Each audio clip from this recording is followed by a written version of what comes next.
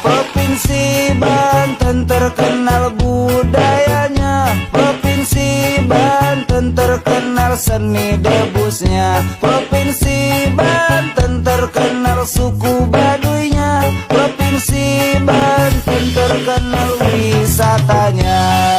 Wow, I love Banten.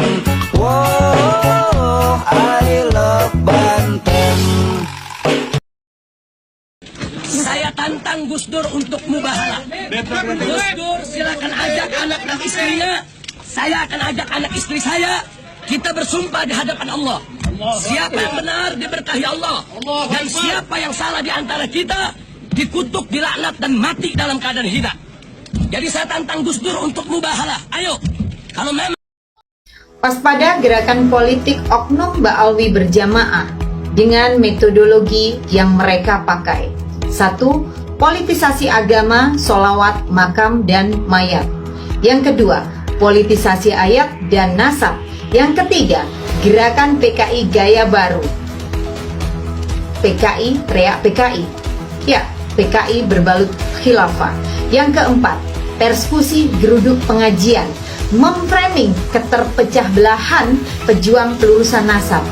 Yang kelima, perang mekanik atau strike takedown channel-channel pejuang pelurusan nasab. Bisa jadi nanti tentang politik. Saat ini yang keenam yaitu politisasi media, medsos, di mana dengan menggunakan media medsos mereka menyerang yang dianggap lawan politiknya. Kita yang mengkanter dianggap musuh oleh mereka. Unyil, Tengkong, kok Tengkong, Unyil, Tengok. Nah, yang marah-marah ini belum bisa membuktikan kesalahannya Kiai Iman dengan ilmiah, bukan hanya dengan marah-marah. Orang yang sudah tidak percaya sama habaib itu kafir hukumnya. Biar tahu kamu, yang tidak percaya kepada habaib, ya kafir hukumnya. Walaupun itu seperti itu, kita tidak menyebabkan kita bangga menjadi habib, tidak. Kamu cinta kepada habib, bukan habib tambah bangga. Kamu menghinakan habib, habib tidak kerdil, tidak hina. Kenapa? Bila mana kamu mencintai habib, karena kamu adalah mulia. Karena memuliakan orang mulia. Menghinakan habib, orang hina. Tidak percaya sama habib, bukan manusia.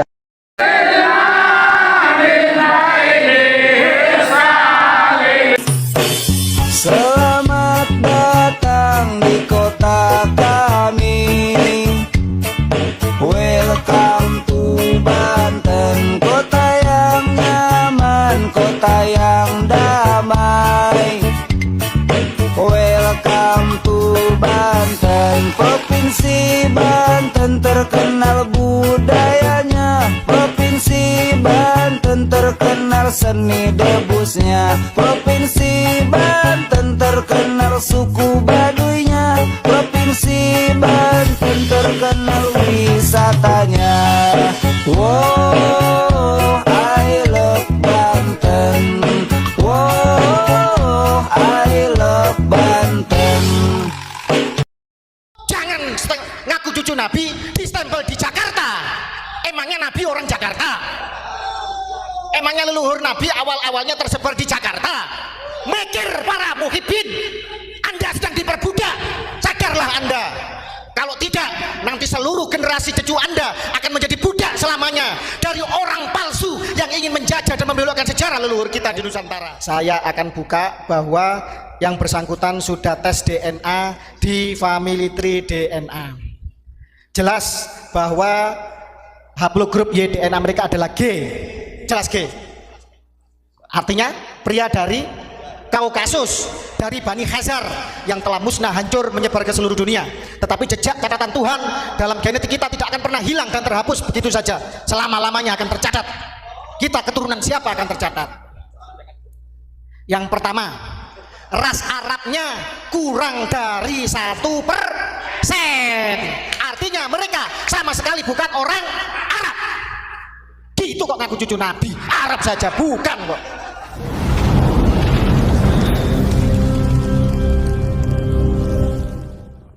Assalamualaikum warahmatullahi wabarakatuh. Bismillah walhamdulillah wala haula wala quwata illa billah wassalatu wassalamu ala rasulillah wa ala alihi wa sahbihi wa man walah amma ba'da. Merdeka! Hidup Pancasila! Hidup Merah Putih! NKRI harga mati! Hidup Bhinneka Tunggal Ika! Hidup Pondok Unik Nusantara! Panjang umur untuk Mama Hufron dan seluruh warga Pondok Keluarga Besar Unik Nusantara. Allahumma amin. Allahumma sholli ala Muhammad. Saudara-saudara sebangsa dan setanah air, sungguh berbahagia. Hampir setahun lamanya saya akhirnya bisa sowan silaturahmi, sembah sungkem kepada seluruh warga Unik Pondok Unik Nusantara, terutama kepada yang mulia Abuya Mama Hufron. Saya tidak ada yang mau saya sampaikan di sini kecuali yang pertama puji syukur kehadirat Allah Subhanahu wa taala kepada seluruh para pejuang Nusantara, terutama apresiasi yang setinggi-tingginya kepada semua keluarga saya, keluarga besar Pondok Unik Nusantara sebagai yang paling lantang di Nusantara untuk menegakkan marwah leluhur, untuk menegakkan marwah Pancasila, untuk mencintai NKRI dengan seluruh harga diri sampai mati, sampai darah penghabisan.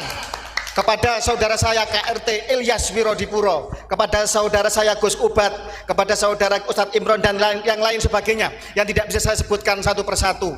Semua orator-orator, ustadz-ustadz, kiai-kiai dari Pondok Unik memberikan contoh nyata bagaimana pribumi Nusantara harus bersikap, harus menegakkan harga dirinya, menegakkan marwah leluhurnya, mentauladani semangat perjuangan leluhur, menegakkan semua ajaran suci leluhur, ajaran mulia dari leluhur di bumi Nusantara selama-lamanya. Allahumma sholli ala Muhammad. Saudara sekalian, bagi kita semua sebenarnya polemik nasabah Alwi ini sudah menang telak. Tidak ada satupun narasi dari mereka kecuali penyesatan dan framing jahat yang mereka lakukan. Betul? Tidak ada bantahan ilmiah apapun yang bisa mereka lakukan.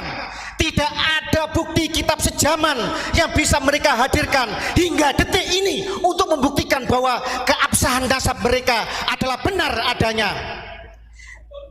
Mereka juga takut dengan segala alasan untuk melakukan tes DNA sebagai sebuah kajian yang diakui oleh seluruh dunia. Bahkan Muktamar Nahdlatul Ulama ketika di Boyolali bisa memberikan fatwa bahwa tes DNA bisa membatalkan ilhaq nasab. Tetapi anehnya justru ada dari oknum PBNU yang justru memframing bahwa tes DNA adalah tidak presisi dan lain sebagainya. Walaupun mental budak itu jangan keterlaluan. Ingat muasis kita, ingat Mbah Hasyim Asy'ari, ingat Syekh Nawawi Al-Bantani, ingat Syekhona Khalil Bangkalan, ingat penghulu datuk kita Wali Songo yang telah dengan seluruh jiwa raga, darah, harta, nyawa, keringatnya digunakan untuk membangun peradaban Islam di Nusantara. Saudara-saudara sekalian, Mbak Alwi juga tidak bisa menghadirkan bukti isbat nasab dari negara leluhurnya. Hingga detik ini hanya berkelit dan berkelit saja. Mana kalau benar keturunan keluarga zuriyah Nabi dari Yaman, hadirkan isbat nasab dari Yaman. Kalau benar bahwa Sayyid Ahmad bin Isa hijrah dari Irak ke Yaman, hadirkan isbat nasab dari Irak. Jangan ngaku cucu Nabi distempel di Jakarta. Emangnya Nabi orang Jakarta? Emangnya leluhur Nabi awal-awalnya tersebar di Jakarta? Mikir para muhibbin, Anda sedang diperbudak. Sadarlah Anda. Kalau tidak, nanti seluruh generasi cucu Anda akan menjadi budak selamanya dari orang palsu yang ingin menjajah dan membelokkan sejarah leluhur kita di Nusantara. Allahu Akbar. Saya datang ke sini sebenarnya mau bertanya, kenapa Mama Hufron, Abuya Mama Hufron yang kita cintai bersama sampai meminta maaf, padahal beliau sama sekali tidak bersalah apapun di dalam narasi di Nusantara ini. Itu yang mau saya tanyakan. Tetapi tadi Gus Ubat dan semua warga menyatakan, Gus, kami tidak pernah menganulir semua narasi kami karena kami yakin benar dan punya data dan bukti, tetapi kami sadar bahwa kami telah membuat kegaduhan dan kami ingin membawa Nusantara menjadi damai kembali, untuk kembali diluruskan di dalam narasi yang sebenar-benarnya tentang pembelokan sejarah dan pengakuan palsu nasab Nabi di Nusantara ini. Saudara-saudara sekalian, mohon maaf, mohon izinnya, saya akan bernarasi bahwa sebenarnya kalian semua warga bumi Nusantara ini sedang kena prank oleh Mama Hufron. Mama Hufron seorang pemimpin besar, seorang tokoh spiritualis yang rela menjadikan dirinya menjadi tumbal bagi Pancasila di Nusantara. Polemik nasab ini sudah berjalan lama, saudara-saudara, tetapi semua seolah tertutup hanya di media sosial saja. Siapa yang membaca tesisnya Kiai Imad? Siapa yang membaca tulisan kami tentang DNA bahwa mereka bukan keluarga Nabi tetapi dari keluarga Yahudi? Semua seolah ditutupi, seolah kemudian hanya menjadi kasak kusuk di tingkatan media sosial. Tetapi kemudian hadir Mama Hufron, Gus, kalau ini tidak ada gebrakan, tidak ada kontroversi, maka media mainstream, maka para petinggi negara tidak akan melek matanya, para muhibbin tidak akan sadar. Kemudian Mama Hufron mengaku sebagai keturunan Syekh Nawawi Al-Bantani, tapi kemudian kena prank, saudara-saudara. Beliau ini anak angkatnya salah satu keturunan Syekh Nawawi Al-Bantani. Keturunan itu artinya dari atas turun ke bawah.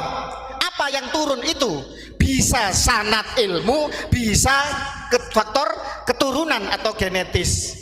Jadi jangan salah, ngaku keturunan ini bukan berarti keturunan darah. Karena Mama Hufron juga punya catatan nasab keluarganya dan juga punya bukti kesaksian bahwa beliau juga diambil anak angkat oleh salah satu keluarga Syekh Nawawi Al-Bantani yang ada di Mau, Tangerang. Jadi semuanya kena prank. Itu prank pertama. Kemudian ternyata masih belum alhamdulillah keluarga Syekh Nawawi mulai bangkit. Keluarga Nusantara, keluarga Sunan-Sunan bangkit kemudian.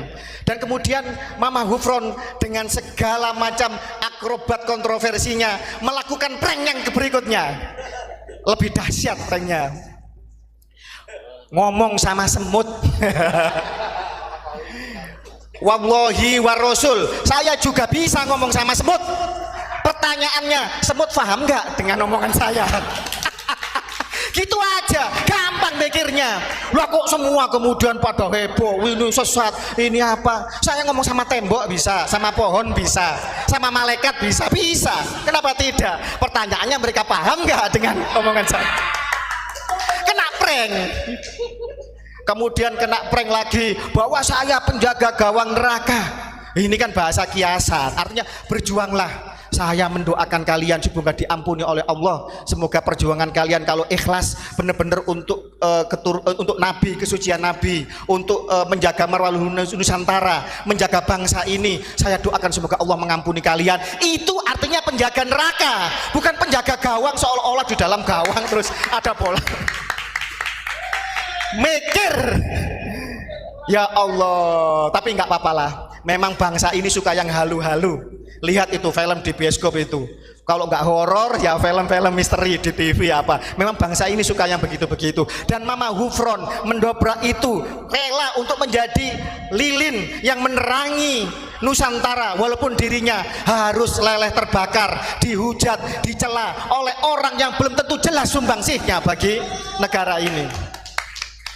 Saya hadir ke sini merupakan bentuk solidaritas. Saya datang membawa logo, yaitu Keraton Surakarta Hadiningrat. Ini resmi, yang tanda tangan kekancingan saya adalah raja, artinya bukan abal-abal, ya bukan palsu, nasab Nabi palsu, bukan, ini asli resmi. Ini damar Kedaton Nusantara, simbol dari dari Gusti Kanjeng Pangeran Haryo Adipati Benowo, pemangku Yogiswara dan Pajimatan. Karena apa? Fakta pemimpin bangsa ini, seluruh pemangku kebijakan, seluruh rakyat harus membuka matanya. Banyak ratusan makam-makam yang telah diakui oleh orang-orang Yaman, terutama Habaib Ba'alwi. Ini kejahatan yang sangat brutal di Nusantara, saudara-saudara sekalian. Bagaimana keluarga Hamengkubuwono diaku sebagai bin Yahya? KRT Sumodiningrat jelas makamnya telah dirubah menjadi bin Yahya. Kemarin di Nitian, alap-alap Mataram. Kemudian keluarga kita dari keluarga Hamengkubuwono, dari para aktivis pencinta budaya PSN di Yogyakarta, Laskar Mataram, menertibkan makam putra dari Panembahan Senopati di Nitian Jogja menjadi Al-Idrus. Ini bukan Al-Idrus, ini Gedabrus ini namanya. Kita berhak marah. Tidak ada kompromi bagi para penyamun, para rampok yang ingin mengacak-acak rumah kita. Setuju? Kita punya rumah sudah damai, sudah baik, makmur. Datang orang pendatang, kemudian duduk, kata orang Jawa, medingkrang, tidak sopan. Kemudian foto dari kakek kita diganti namanya. Kemudian mohon maaf, ada yang istrinya direbut, ada yang anaknya direbut dengan klaim palsu bahwa mereka cucu Nabi. Tidak ada kompromi. Hajar! Revolusi harus segera bangkit. Kalau tidak, mau kita dijajah keturunan kita. Kapan lagi? Sekarang saatnya, saudara-saudara. Ini kemarahan dari kami, warga Keraton, warga dari Trah Mataram, dari Trah Banten, Trah Madura. Banyak di Madura makam yang dibelokkan juga. Di Bali, Wali Pitu diklaim menjadi Pak Alwi. Al-Qadri diklaim menjadi Pak Alwi. Ada Kesultanan Mempawah, putra raja tidak punya rumah, ngontrak-ngontrak. Ini miris. Jogja sebagai yang berjasa di dalam pendirian NKRI, termasuk serangan umum tahun 49, mau diotak-atik keistimewaannya. Bagaimana Darul Hasimi punya Habib Lutfi bin Yahya telah meracuni keraton Yogyakarta. Dan alhamdulillah keluarga keraton Yogyakarta bersuara lantang. Gusti Pangeran Haryo Adip Pangeran Yudoningrat berteriak lantang, kemudian diputus setelah itu oleh Sultan dan Pangulon Keraton Yogyakarta Hadiningrat. Semoga seluruh keraton Nusantara sadar bahwa leluhurnya sedang ingin diperkosa, sejarahnya ingin dibelokkan. Dan saya sebagai warga Brangwetan, bagian dari Keraton Surakarta Hadiningrat, walaupun saya Trah Jogja, tetapi karena saya tinggal di wilayah Keraton Surakarta Hadiningrat, dan Mama Hufron adalah kasepuhan, adalah pembina di dalam Hondrowino Nusantara, Kusumo Hondrowino, organisasi resmi dari Keraton Surakarta. Saya tidak rela kalau kemudian beliau sampai dihina, dicaci maki, dituduh sesat oleh orang-orang yang dangkal, oleh orang-orang yang belah bambu, oleh orang-orang yang tidak jelas perjuangannya untuk Nusantara ini. Saudara-saudara sekalian, Mama Hufron hadir menjadi seorang ulama, tidak mendawir kepada umatnya. Lihat di Surabaya, ribuan santri gratis. Di sini juga beliau selalu memberikan santunan-santunan. Di Keraton Surakarta itu berapa puluh ton beliau sering membagikan beras untuk abdi dalam dan acara-acara di keraton. Beliau juga membagikan beras di seluruh Nusantara, bahkan di beberapa keluarga kasepuhan Sohibul Makbaro, di ulama-ulama Nusantara banyak yang beliau santuni tanpa koar-koar. Ini menjadi miris ketika kemudian seseorang yang demikian banyak jasanya, banyak perjuangannya, hanya karena membuat kontroversi kemudian dituding sesat. MUI jangan memandang sebelah mata. MUI jangan hanya tanggap ketika Ajinomoto dianggap haram, kemudian setelah itu audiensi kemudian menjadi halal. MUI jangan menutup mata dengan banyaknya pembelokan sejarah, makam-makam yang telah dibelokkan menjadi orang Yaman yang sebenarnya baru datang, pupuk bawang di Nusantara, mau mengacak-acak Islam di Nusantara. MUI jangan diam saja ketika di dalam kitab manakib mereka yang resmi, datuk mereka mengklaim Mi'raj 70 kali dalam semalam. Ini menodai, ini jelas-jelas melecehkan, merendahkan Nabi besar kita Muhammad SAW. MUI jangan diam saja ketika mereka membuat cerita-cerita halu, membelokkan kisah para wali-wali. Keluarga Wali Songo dibelokkan menjadi Yamani, padahal isbat nasab kita, tes DNA kita jelas tidak ada urusannya dengan Yaman. Rukun iman ada 7, tidak perlu haji, cukup ketarim. Ini lucu Nusantara penuh dengan kejayaan, masa dibandingkan dengan sebuah kota yang gersang, yang tidak ada jejak peradaban sejarahnya dalam dunia Islam. Mohon maaf, banyak literatur mengatakan bahwa Hadramut dan Tarim yang mereka bangga-banggakan bukan bagian dari Yaman di masa Nabi.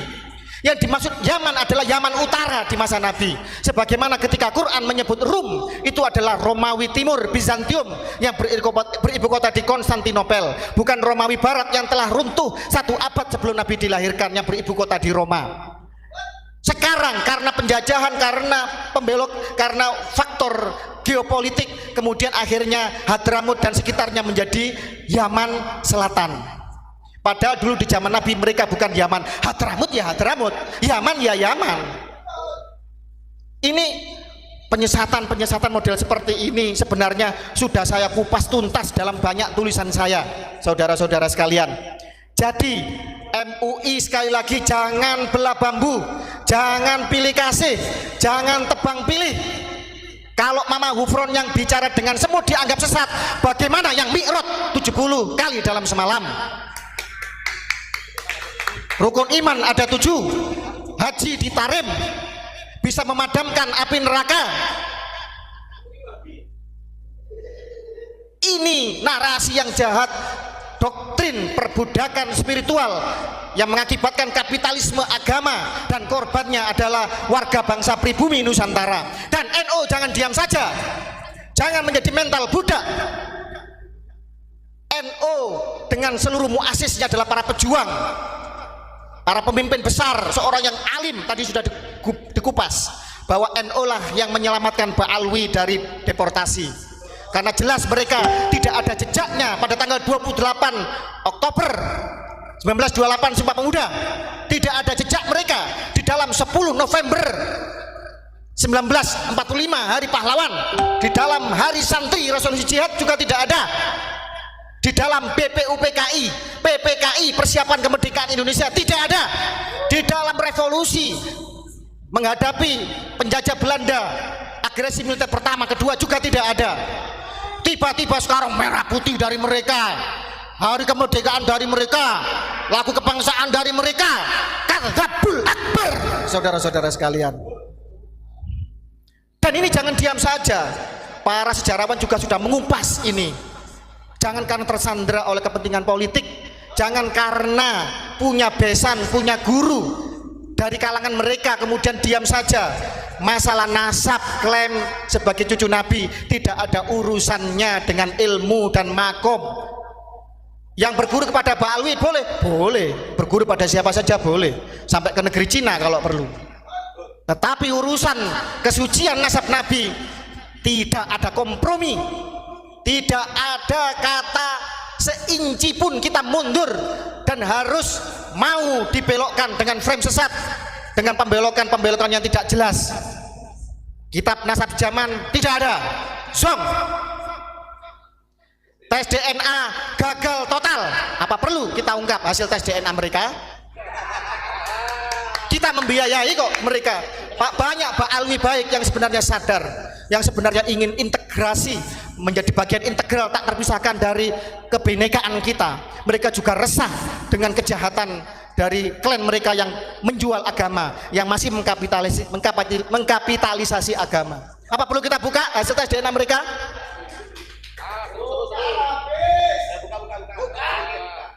Yang ketiga, mana isbat mereka dari Yaman dan dari Irak? Zong, nihil, saudara-saudara.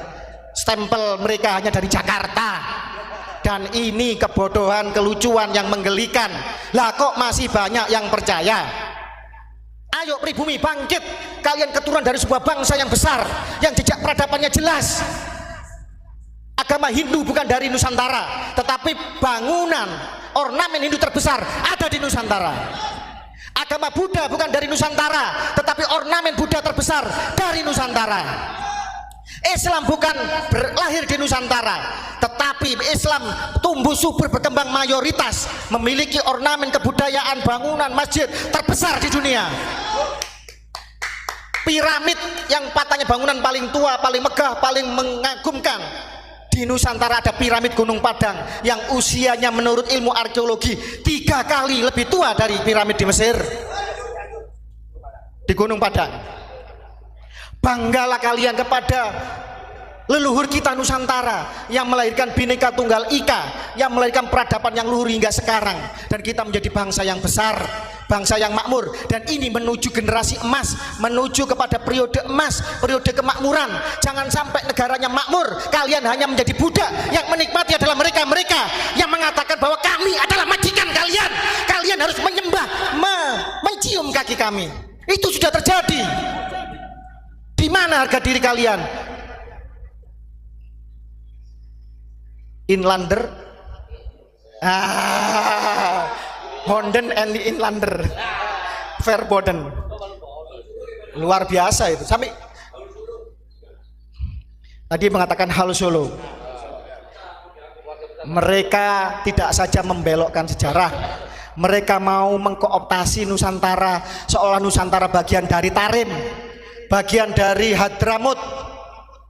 Mereka menggunakan hall-hall tiap kota. Seorang Habib di Solo menjadi hall Solo, di Gresik hall Gresik, di Gresik itu ada Sunan Gresik, Syekh Sayyid Maulana Malik Ibrahim. Kok berani-beraninya mereka mengklaim hall Gresik? Di Solo itu ada Ki Ageng Genis, ada Ki Ageng Selo, keturunan dari Wali Songo, ada PB10 yang sangat berjasa kepada Nusantara. Mbah Minhaj, banyak di Solo wali-wali besar kemudian menjadi hall Solo. Mohon maaf, di Pasuruan ada Masjid Sepuh peninggalan dari Adipati Nitya Diningrat pertama bin Pakubuwono kedua. Adipati Pasuruan telah menjadi Masjid Asegaf. Di Solo ada Masjid Sepuh PB10 menjadi Masjid Asegaf. Ini nanti kalau ketua dewan, wakil ketua dewan, bupati, wali kota, legislatif kita hingga presiden dikuasai oleh mereka, tinggal merubah ideologi bangsa, tinggal mengadakan referendum, mengadakan pemungutan suara. Panglima TNI, Kapolri semua dikuasai oleh mereka. Jadi apa? Jadi apa kita ini? Ayo mari kita terbuka mata kita. Jangan sampai kemudian setelah ini terlambat baru kita menyesal kemudian, dan anak cucu kita terusir dari tanah leluhurnya sendiri seperti apa yang dilakukan oleh Yahudi Askenazi yang DNA-nya sama dengan Pak Alwi di Palestina sana. Allahu Akbar. Siap kita lawan, siap kita jihad, siap kita bersatu untuk melawan ini semua. Kepro atuh. Saya di Unik, saya harus mengikuti pakem Mamang Hufron, saudara-saudara sekalian. Saudara-saudara sekalian yang saya hormati, saya muliakan, tidak banyak yang bisa kami sampaikan di sini selain apresiasi yang setinggi-tingginya dari keluarga Keraton Nusantara kepada seluruh pejuang dari Trah Wali Songo, Trah Kesultanan, Trah ulama-ulama sepuh leluhur kita, termasuk juga kepada keluarga besar Pondok Unik. Apa yang kalian narasikan, yang panjenengan semua perjuangkan pada hari ini, insya Allah tidak akan lama lagi negara akan hadir. Insya Allah apa yang dikatakan oleh Profesor Mahfud MD, polemik ini nanti akan diselesaikan secara hukum. Insya Allah apa yang telah kita narasikan sudah sampai kepada Presiden Jokowi, sudah sampai kepada Presiden yang akan datang Prabowo Subianto, sudah menjadi perbincangan di kalangan para pejabat elit negara. Mereka masih mencintai NKRI, mereka masih menjadi garda setia dari Pancasila. Tidak akan lama lagi ketika para nakib dunia dari keluarga Bani Jamil, pencatat nasab 3 putra Said Ahmad bin Isa dari Irak, datang ke Nusantara.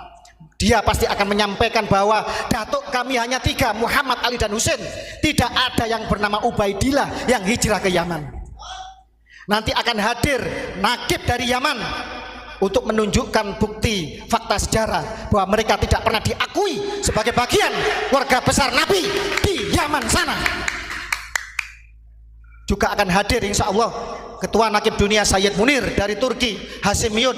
Turki adalah bekas Khilafah Utsmani. Di sana pencatat nasab Nabi dilakukan berabad-abad selama eksistensi Utsmani. Dan insya Allah semua akan hadir di Indonesia, di Nusantara, untuk menjelaskan kepada mereka-mereka yang bermental inlander bahwa Ba'alwi bukan keturunan Nabi Muhammad SAW. Kalau yang ngomong Gus Fakih Mukodam, Fakih Wirahadiningrat, mereka tidak percaya. Hidungnya pesek, mukanya pribumi, begitu. Ah, lu siapa? Yang ngomong Mama Hufron, Gus Ubat, Gus Ilyas, Gus Imro dan keluarga besar unik, mereka nggak percaya. Yang ngomong Kiai Imaduddin, walaupun pengarang kitab kelas dunia, puluhan kitabnya dicetak, digunakan di luar negeri, mereka tidak percaya. Karena mentalnya inlander. Kalau ketemu orang mata sipit, mereka minder. Wah, ini lebih lihai dalam berbisnis. Kalau ketemu orang matanya biru, rambutnya pirang, wih, ini lebih jenius dalam ilmu pengetahuan. Kalau ketemu orang hidungnya mancung, walaupun tidak bisa ngaji, pakai surban sebesar ban Vespa, dipikir alim cucu Nabi. Ini mental inlander. Padahal bangsa kita memiliki banyak penemu hebat kelas dunia. Ada B.J. Habibie, panjenengan tahu Bayraktar Turki, drone terhebat saat ini punya Turki. Itu kan sama dengan elang hitam. Yang prototipenya yang membuat itu mahasiswa Indonesia dari Jerman yang dikontrak oleh Turki. Siapa sumbernya? Saya punya senior yang kuliah di Jerman yang menceritakan kepada saya bahwa Ba'alwi ini adalah Yahudi Ashkenazi, Yahudi Khazar. Apa perlu dibuka ini hasil tes DNA-nya Ba'alwi? Mohon maaf, saya tidak akan mengatakan nama karena kita harus menghargai privasi, dan saya menghargai saudara saya tersebut dari Ba'alwi yang telah mau untuk tes DNA. Baik, saya akan buka bahwa yang bersangkutan sudah tes DNA di Family Tree DNA. Jelas bahwa haplogrup Y DNA mereka adalah G. Jelas G. Artinya pria dari Kaukasus, dari Bani Khazar yang telah musnah, hancur, menyebar ke seluruh dunia. Tetapi jejak catatan Tuhan dalam genetik kita tidak akan pernah hilang dan terhapus begitu saja. Selama-lamanya akan tercatat. Kita keturunan siapa akan tercatat. Yang pertama, ras Arabnya kurang dari 1%. Artinya mereka sama sekali bukan orang Arab. Gitu kok ngaku cucu Nabi. Arab saja bukan kok.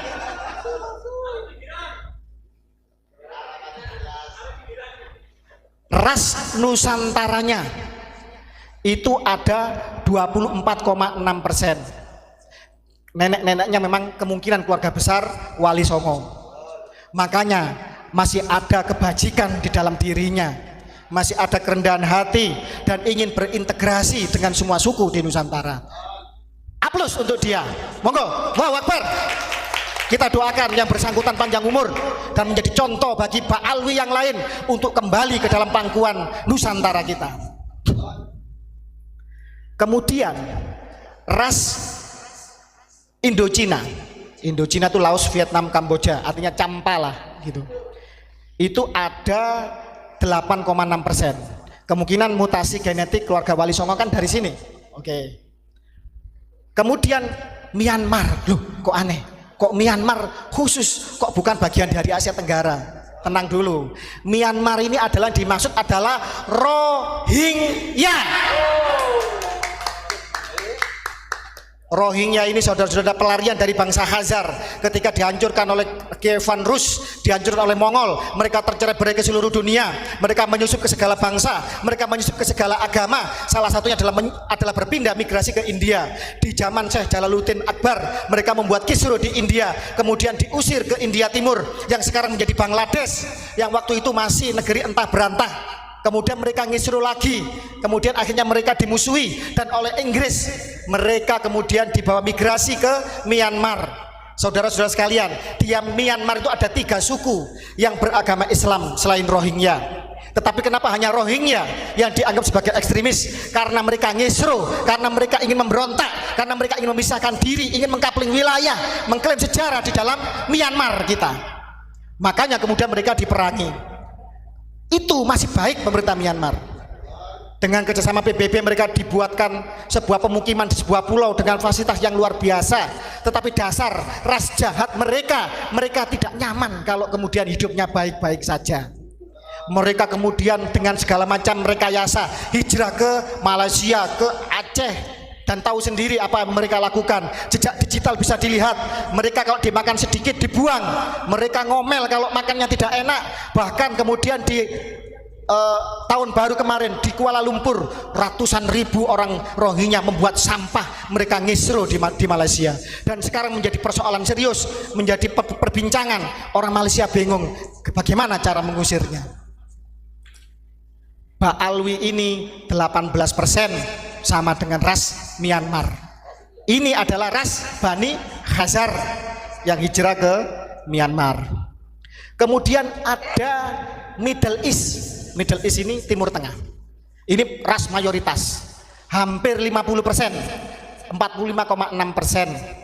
Ini Southern Levant, Anatolia, Armenia, dan Mesopotamia. Apa yang dimaksud dengan Levant itu? Wilayah mana Levant itu?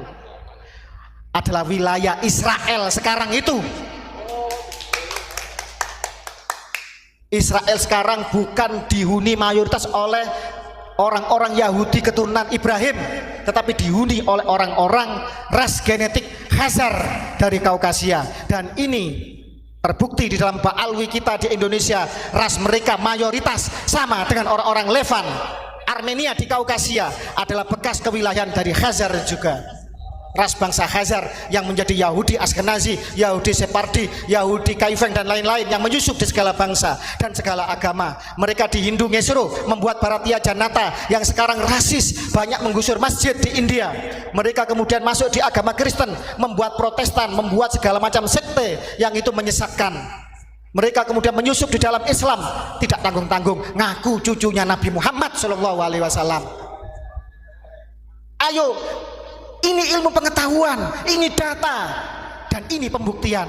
Sekarang kita balik, mana Ba'alwi? Buktinya kalau ente adalah cucunya Nabi Muhammad SAW. Saya ulang, mana isbatnya dari Yaman dan Irak? Mana hasil tes DNA ente? Kalau ente berani tes DNA dong. Masa imam, katanya imamnya nyuruh tes DNA, menantunya bilang haram. Ini kan dagelan namanya. Hanya orang goblok yang bisa ditipu dengan dagelan-dagelan menyesatkan seperti ini.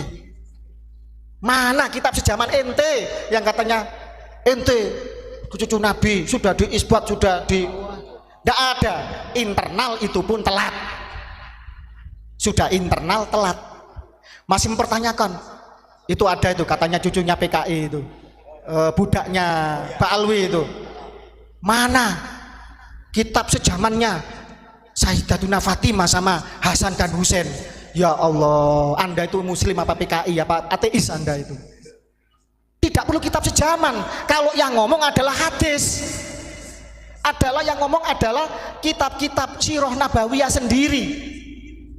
Kok masih tanya kitab sejaman? Ini putrinya Rasulullah, ini cucunya Rasulullah, ditanya kitab sejaman. Ini budak.